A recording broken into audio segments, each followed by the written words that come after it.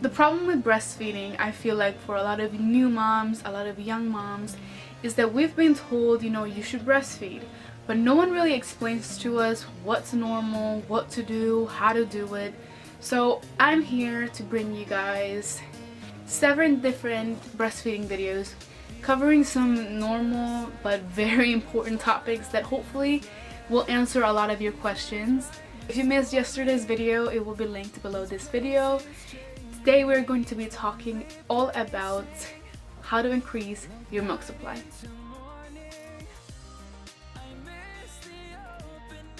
Wanting to increase your milk supply is perfectly normal, perfectly fine, and it's super easy to do. So let's say that you've already started breastfeeding, and if you did, congratulations, you're on your way to a great start. But now you're wondering, okay, how do I produce more milk? A lot of people produce more milk for different reasons. The reason why I wanted to increase my milk supply is because I wanted to make sure that I had enough milk to last me my entire breastfeeding journey. So what I mean by that is when I started with my son, I started breastfeeding and formula at the same time. So my breast milk ran out at about 3 months. Now with this one, I only wanted to breastfeed her, but I wanted to make sure that I had enough milk and it wasn't going to run out at a certain time. So the number one and key thing to do in order for you to make sure that your breast milk constantly comes in is to not stop. Don't supplement with anything else. If you want to get a little bit of a break and not feed as frequently, you can definitely do that, but if you're gonna do that, you need to make sure that you're pumping, because your boob is basically right now like a little brain, so it's telling your body how much milk to produce. So the way that the nurse explained it to me, and it's perfectly, like, it totally makes sense. Let's say your child feeds right now. If in 2 hours your child wants to be fed again, but you don't want to give your child food and you supplement with something else, whether that's formula or your pumped milk, then now the next time that he feeds or she feeds, maybe it's another 2 hours from then. So the last time that you made actual physical contact with your baby with your milk was now 4 hours ago. It wasn't 2 hours ago or 2.5 hours ago. It's been 4 hours now that your child has not tried to extract milk from your breast. And because of that, then your breast is telling the body, okay, you need to cool it with the breast production. We don't need that much milk. So basically the kid is going to feed now every 4 hours, not every 2 hours. And because of that, then now your milk supply starts decreasing to whatever your child needs. Because the body and the breast, they don't know that you supplemented with something, so they need to continue to produce the milk anyway. They think, oh, she doesn't need this much, so let's shrink that down. So again, if you want to take a break and you want to give your child something else because you don't want to feed that frequently, then you need to make sure that you pump so that your body still thinks that you still need to produce milk that frequently. So basically the cycle doesn't stop. Anytime that you guys want a break, just again pump. Pumping is super simple, pumping is super easy. Most insurance companies will give a breast pump for you for free, so no need to go out there and buy anything fancy. You don't need to spend that much money. Any breast pump will work.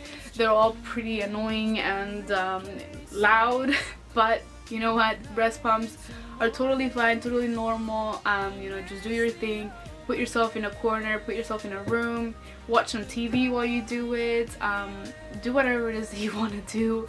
They have little bras you can wear so you can do things while you're pumping. They now have even like cooler gadgets that you don't even have all these things everywhere. You can be pumping on the go. I saw a commercial about that recently. That was pretty insane. I wish I would have had something like that. But if you want to pump to produce more milk and to start storing milk and have milk for, you know, a long time, then you can definitely pump and feed at the same time. So while your baby's being fed from one boob, you can be pumping the other one and vice versa. but the pump is never going to work as good as your child. So, you know, switching between boobs is definitely what you should do when you're feeding. You know, you should be alternating. This also gives your boobs a little bit of a break.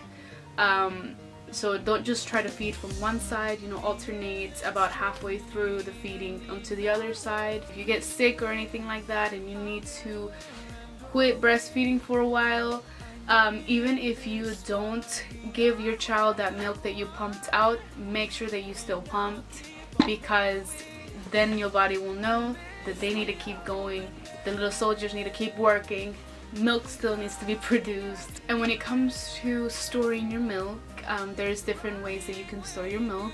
Of course, you guys know the freezer storage bags, which look kind of like this. There's different types, there's different companies, but they're all pretty much the same. They only hold a certain amount. I've actually filled mine up to like up here, so I've gotten about close to 8 ounces in one bag. I pumped for about 2.5 months, almost 3 months, and I right now have a pretty good stash. I didn't want to keep it going because I felt like I didn't need to. In tomorrow's video, I'm going to talk to you guys about the reason why I started pumping a lot and why I think you should pump, whether or not you want to store milk or whether or not you want to increase your milk supply. You should definitely pump if you're breastfeeding, and I will talk to you guys more about that in tomorrow's video. Maybe not as much, maybe not as frequently, but pumping is beneficial for the breast, and again, we will talk more about that in tomorrow's video. The crazy and cool thing about breast milk is that it adjusts to the needs of your baby. The milk that you produce when your child is a newborn is different than the milk you produce when your child is 6 months, which that's kind of insane, but I don't know how that works, but that's how it works. Anyway, that's how you increase your milk supply. So I hope I helped somebody out there, and if I did, give me a thumbs up. Don't forget to subscribe so you won't miss any more of these videos, and I will see you guys in tomorrow's video.